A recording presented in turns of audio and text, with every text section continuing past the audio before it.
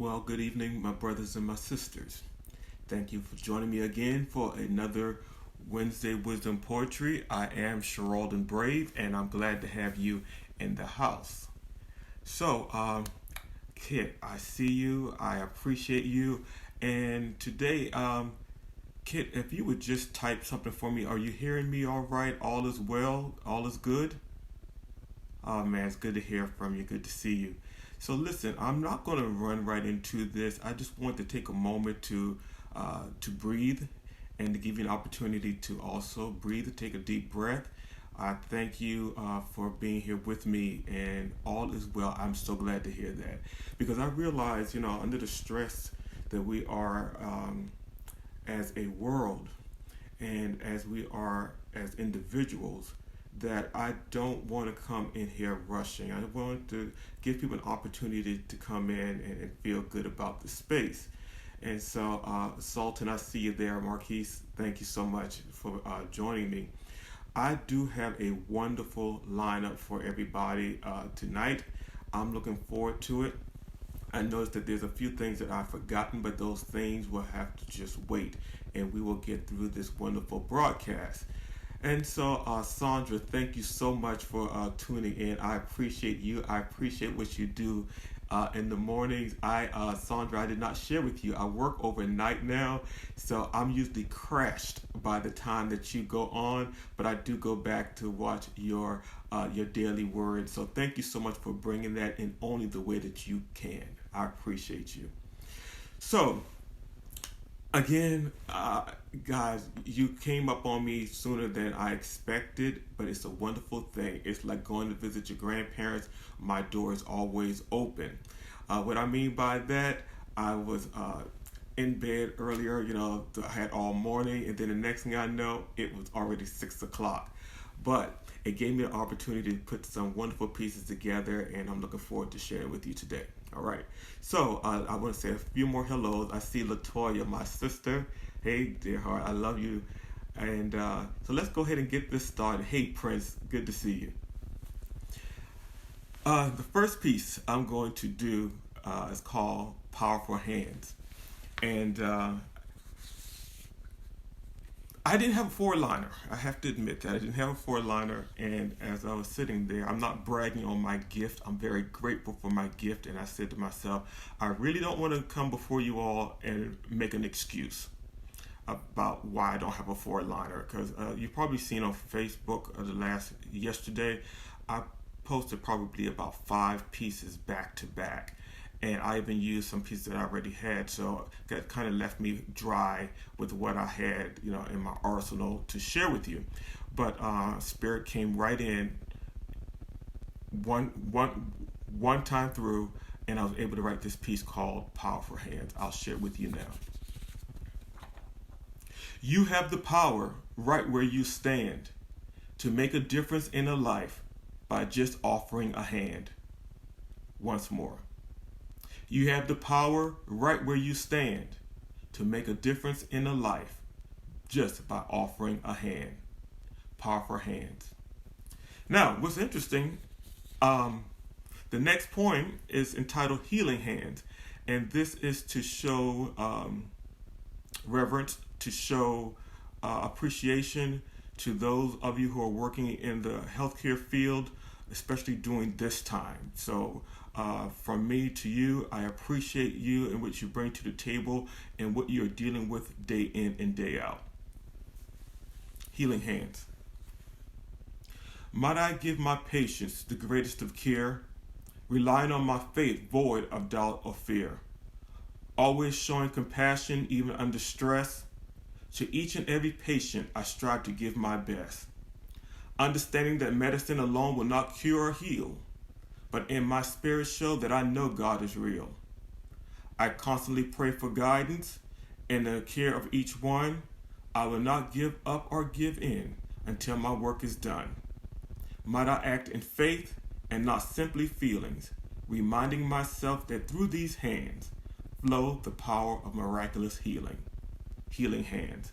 Again, thank you to all my healthcare workers, my first responders, EMS, EMTs, all of it. Thank you so much for what you're doing in this time. So, on Facebook, and I think it was like 2 days ago, yes, 2 days ago, I posted a photograph of about 4 or 5 gentlemen in beards with a poem. And please excuse me, I don't remember the title of my own poem that I put on there. I think it was called Well Aware was the name of the poem. And I posted that piece after seeing a gentleman, just pretty much the way the poem is written. I just happened to see him with a really great, well-groomed beard. And he had a book in one hand and this walk. So I'm looking at this brother, the beard, the book. And so I'm not going to read that one, but please go to my Facebook page and take a look at that picture. It would only be like 2 or 3, no more than 5 posts in. And please enjoy that, all right? But it brought me to another piece that's already written and published in my book, What Will I Tell My Children? This particular piece is entitled Beauty in Blackness. You take the beauty of blackness to a much higher place, from the locks of your hair to the contours of your face. You embrace the beauty of blackness like no one I've ever seen. While many cling to white as snow, you endorse black as sharp and clean. You ordain let me try that one again. You ordain blackness as royalty, honor it with great respect, and whatever shares its common space in itself becomes a precious object. Keep taking your blackness higher, creating your own personal plane. Someday you will be appreciated for your blackness, even if they've forgotten your name. Beauty in Blackness. I've always loved this piece, and this piece also was written probably about 15, 20 years ago, and it was someone, I don't even remember who the muse was right now, but I remember looking at the contours, the nose, the bridge, the cheekbone, and everything, and I was like, oh, I gotta write a poem about this, and so that's where this one comes from. Now, so I've got 2 special pieces I want to share with you all tonight, and I'm laughing because when Spirit showed me one of these pieces earlier in the week, I'm like, I'm trying to hold up a reputation here. So, but you know what?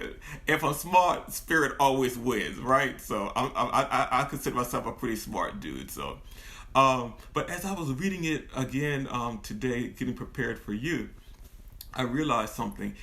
These 2 pieces, they're sort of long, so get comfortable. But they're from 2 different, same coin, 2 different sides. I'll leave you with this. They're written in a sense about religious orders and how we as human beings play into that order.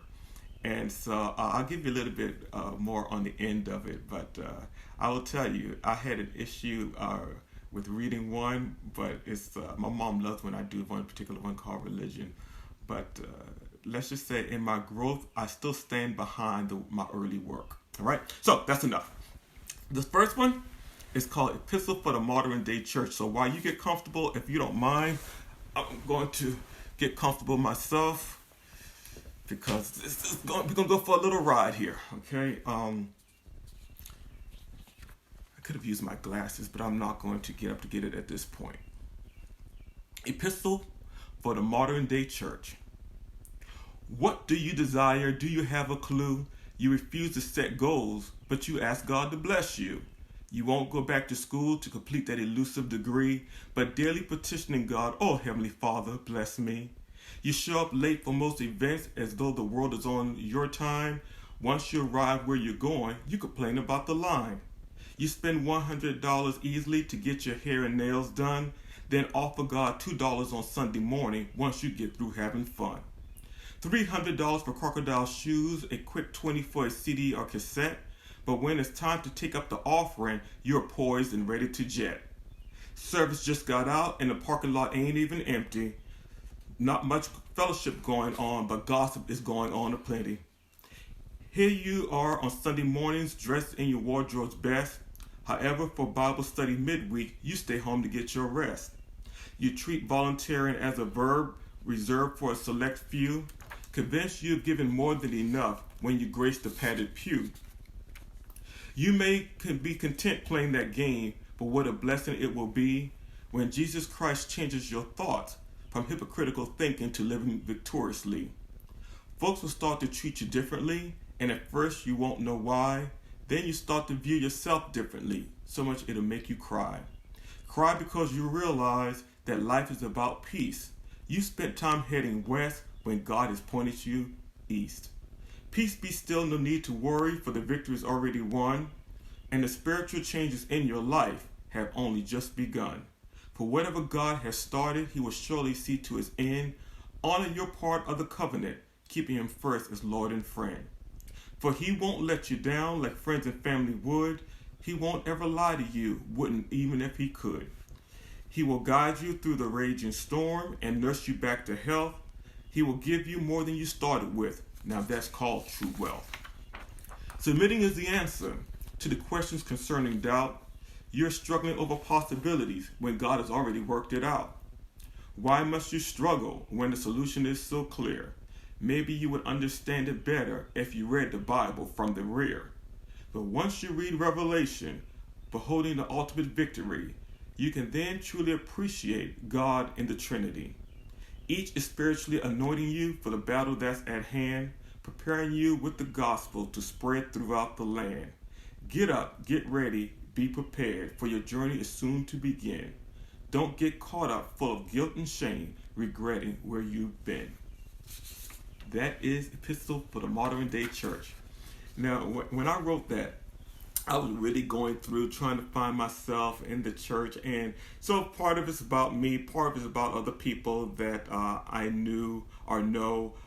So it's like a compilation of just human nature, and the one part that I really did throw at myself was the second verse when I said, "You won't go back to school to complete that elusive degree, but daily petitioning God, oh Father, please bless me." When I knew back years ago that God was directing me to go back to complete a degree that I had worked on when I first left high school and had walked away from my college education.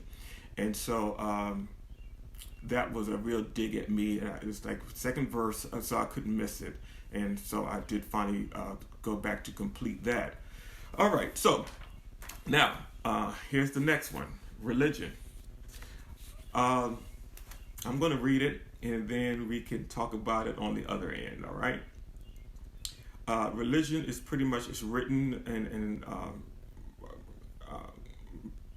I don't want to necessarily call it a Gullah Geechee dialect, but it is written in a dialect, and so when you see it posted, I'm glad that you're going to have an opportunity to hear me read it as well. So it just makes it a little bit easier to digest. Religion.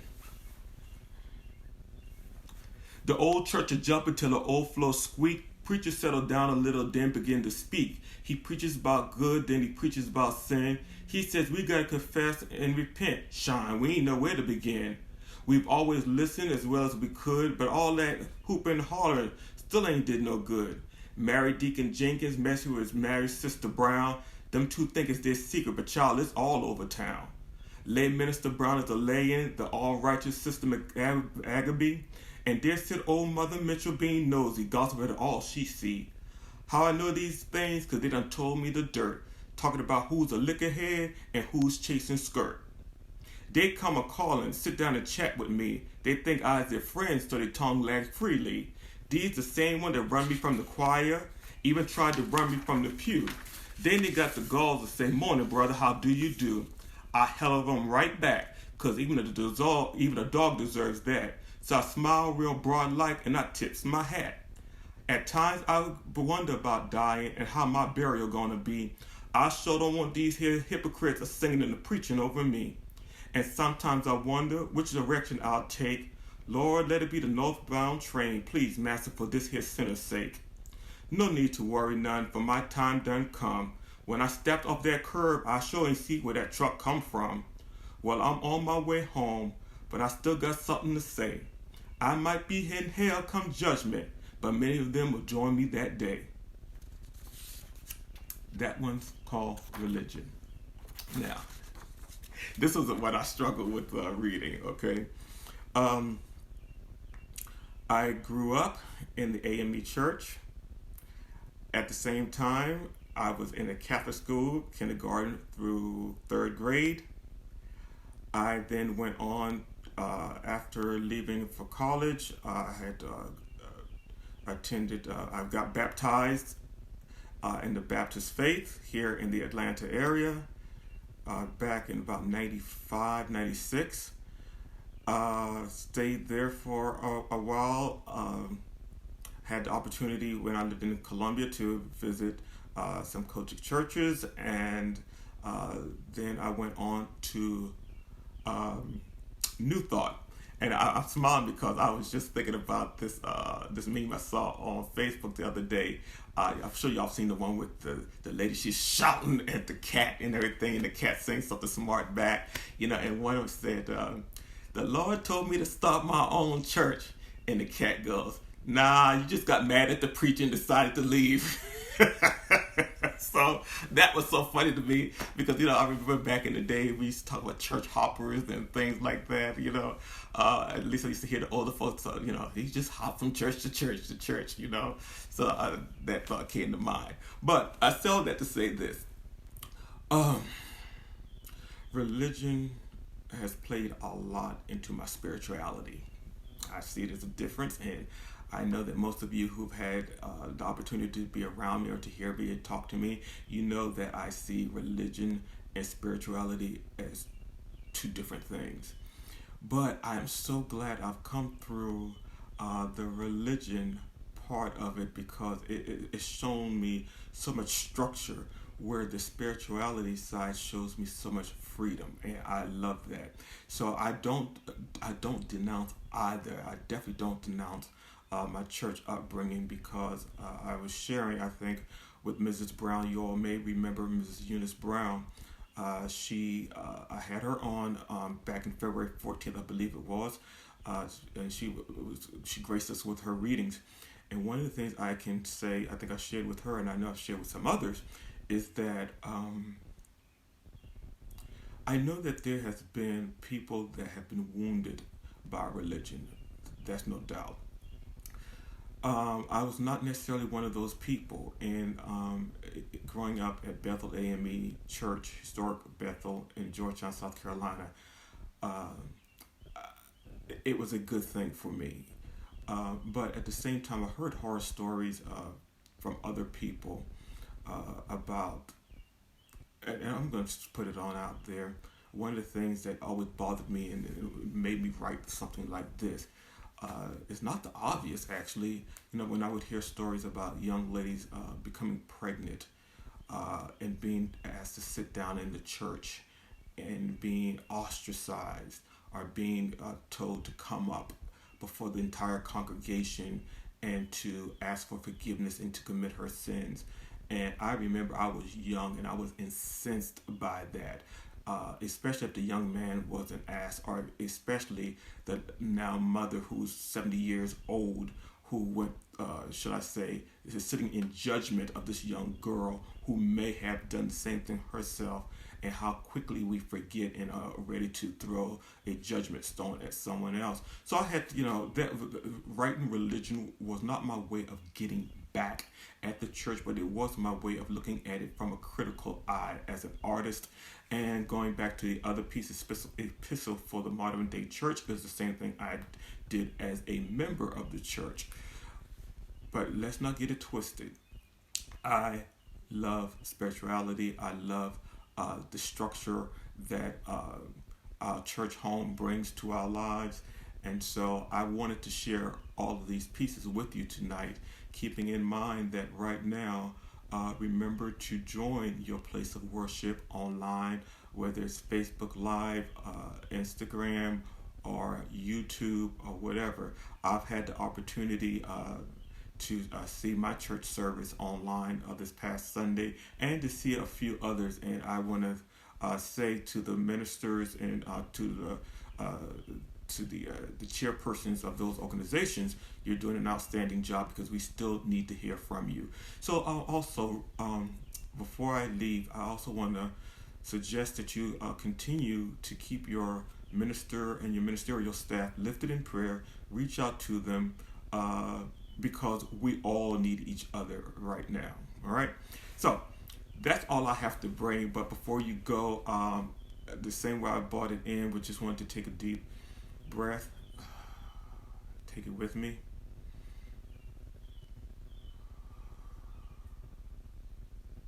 Let it out. The reason I'm asking you to do that is because we've got a lot of anxiety going on right now. And I want to be respectful of the time that you spend with me um, and I with you. I'm happy. I'm in a very good place, very good space, despite what's going on. And so I want to just say a few things. Haiti, I see you. Andre, thank you. Robert, Maurice, thank you for being with me. You know, I'm having a hard time letting you guys go tonight, and I do apologize for being in my feelings. Again, I'm in a very good place. I've missed you all since last week. You know, everyone's going through something, and you guys give me the opportunity to express, and that means the world to me. So, with that being said, I will be posting all that I've read for you tonight, a few minutes after the broadcast. Now, do not forget your census, your 2020 census, please. Do not forget that. And I do have one thing I want to, I don't use the word vent very often, but I want to vent about something. I got an application in the mail for absentee ballot for the election. So I opened it, and I have to do a little bit more research, but it's legit. And the thing that's really bothering me about it is be careful with these absentee ballots, okay? I know that some states that even on the envelopes, you have to actually have a witness to sign the envelope. I need to do a little bit more research about what I need to do here in Cobb County, here in the state of Georgia. But the one thing that bothered me was it's asking me to do an application to even get the ballot. Okay, that could be an issue for some people. So pay attention to those something as small as that. The other thing that really bothered me is that there is no return postage on there. So you're gonna have to dig out your 48 cents, 49, 50 cents, or whatever the postage cost is nowadays. And for those of us who are working in the field of when it comes down to voting rights and things like that, you know, we see things like that as putting a roadblock in for people in poverty, people of color, and things like that. And so I was not happy with seeing that you had to apply a postage to mail this application back to the Cobb County Election Board, and the fact that you got two things going on there that I feel is not necessary. So, and as I said before about in some states having to have someone to sign the as a witness to on the envelope that you're sending back with your ballot. So for those of us who are tending or caring for our elderly, coming up on this election, there's a very good chance that most of it is going to be done by mail-in ballots. Please be aware of that now. Get your heart, mind, and souls ready to defeat whatever comes before you. All right? I know we can do it. All right? So listen. This is my favorite time of the show when I get to tell you how I love you, how much I care about you. I love you. There ain't nothing you can do about it. You can try. It's the one thing in the universe that you will not win with me. All right? So until next week, Wednesday Wisdom Poetry, I still have not moved the time because I had the opportunity to be off today, so I have not moved the time. But it does look like it's going to still be on Wednesday, and it's looking like it's going to be at 4 p.m. But I will keep you abreast on that. And so, Mike, Aaron, thank you so much. Monty, I see you. Anthony Dozier, is that my homeboy, Anthony Dozier? Man, good to see you. All right. Kit, thank you. And there's my sister, Cassandra. All right, getting in on the tail end. I love you, girl. All right, so we'll see you next week. Bye now.